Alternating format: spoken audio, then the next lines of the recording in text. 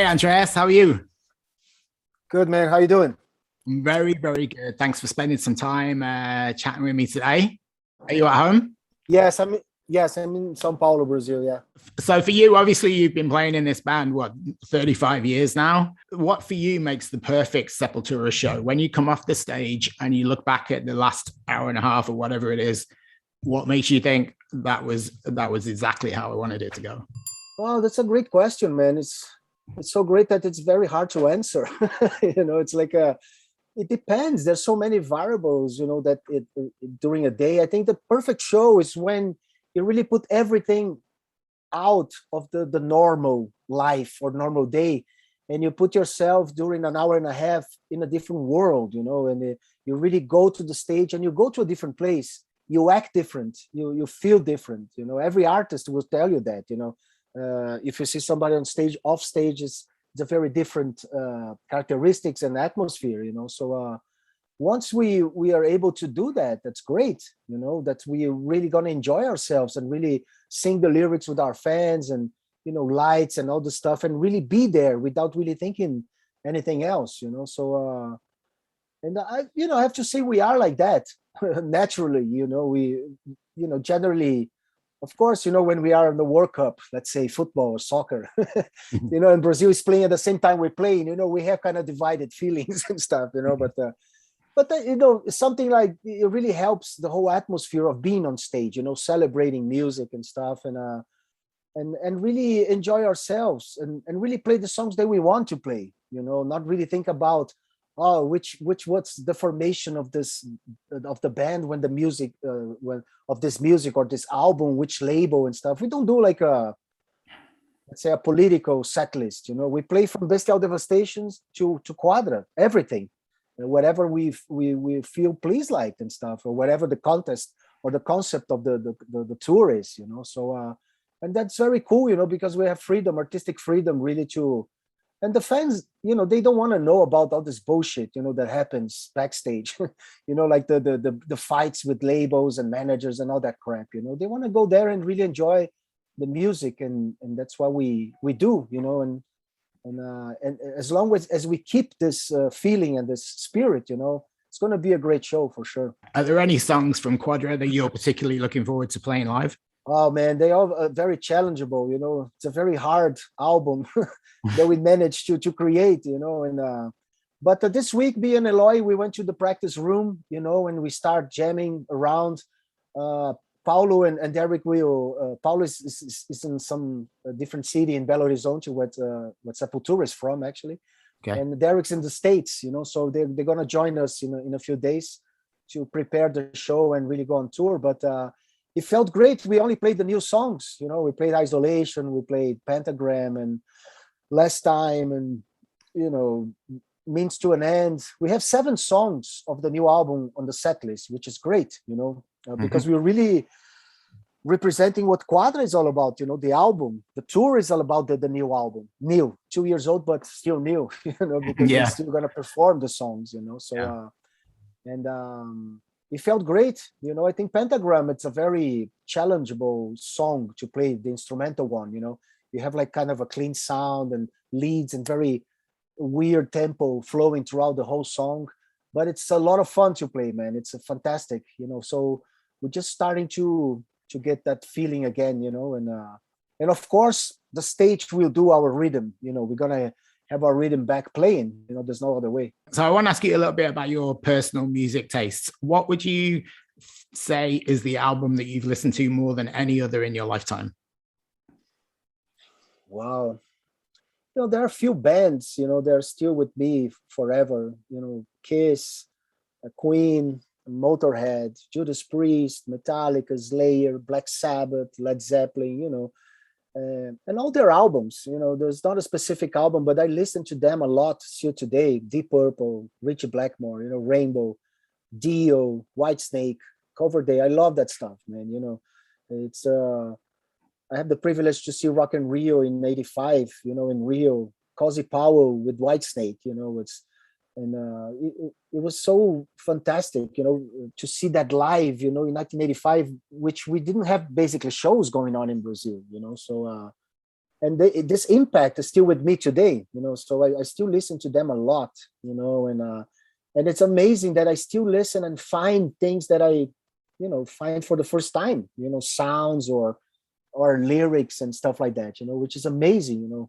As more you listen, more you really discover, and more it's magical. It's the imperfections there are there, of the recordings and even tunings, whatever, is that it makes the stuff so special.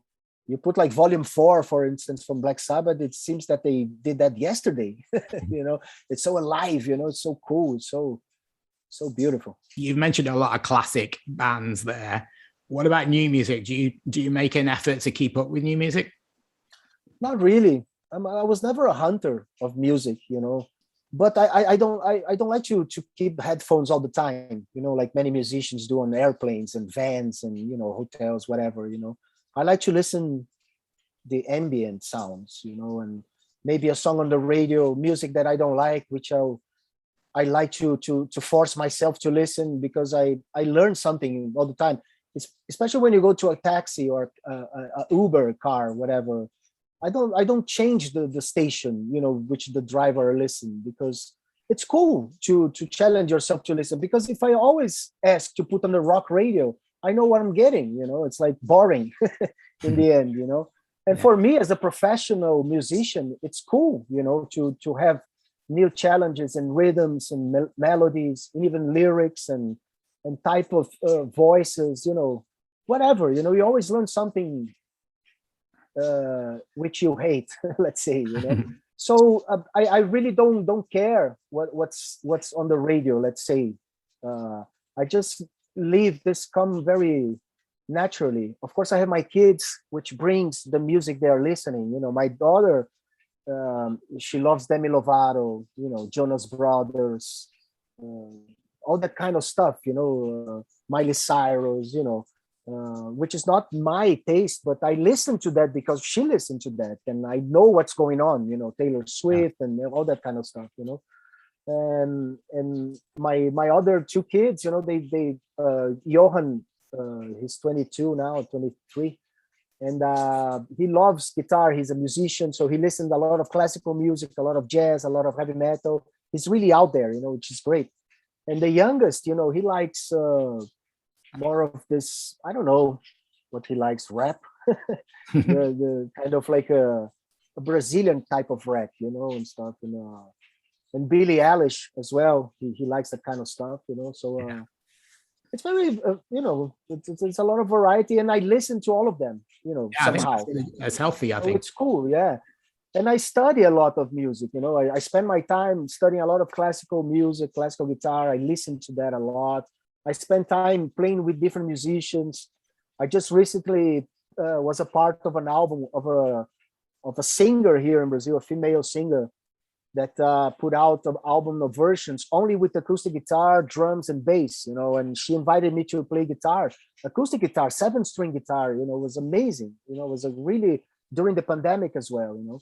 Mm-hmm. So that kind of stuff keeps me out of the comfort zone, which is the worst for any artist. Really, really to explore your possibilities and feel a little afraid sometimes, and not too sure about yourself. Yeah. I mean, in art, it's cool really to keep your challenge, your challenges up there. People who work in metal and hard rock, nobody listens to that kind of music all the time. What do you listen to if you just want to chill out? Do you have any go-to albums for that? I don't look for music for that kind of stuff. I go for a book or something, or a hike. Right. I think the sounds of nature, I think that's really satisfying, when you go out of the electronics or even acoustic, music and stuff, you go out of a certain type of format, and really you have a sensation of just let it flow without the concern of time. I think that's really important sometimes, really to detach of that trail of time, and whatever that means.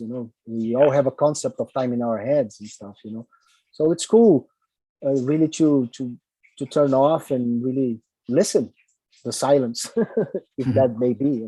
Enjoy the silence. Enjoy the silence. It makes a lot of sense, you know.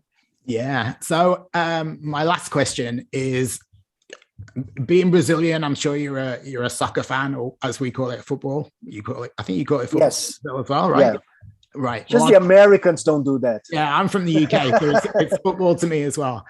Yeah. So you've heard of fantasy football. We're gonna do fantasy rock band. So you can pick singer, guitarist, bass player, drummer, and whoever else you want to throw into the band. Anybody alive or dead from history, who would you choose? Fuck, man.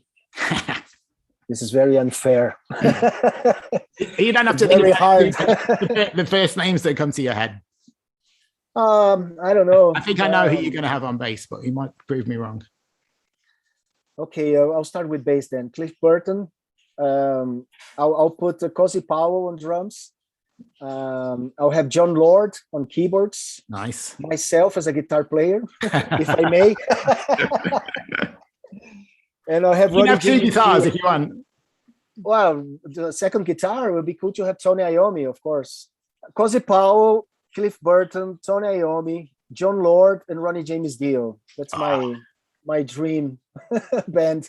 I'll be happy to jam with these guys. Yeah, I bet you would. That's something I would like to see. Thanks for spending some time chatting with me. It's been really nice talking to you. A pleasure. Yeah, we're very anxious to go back on the road. Like I said, we're ready, to jam, and we'll see you soon. Thank you very much.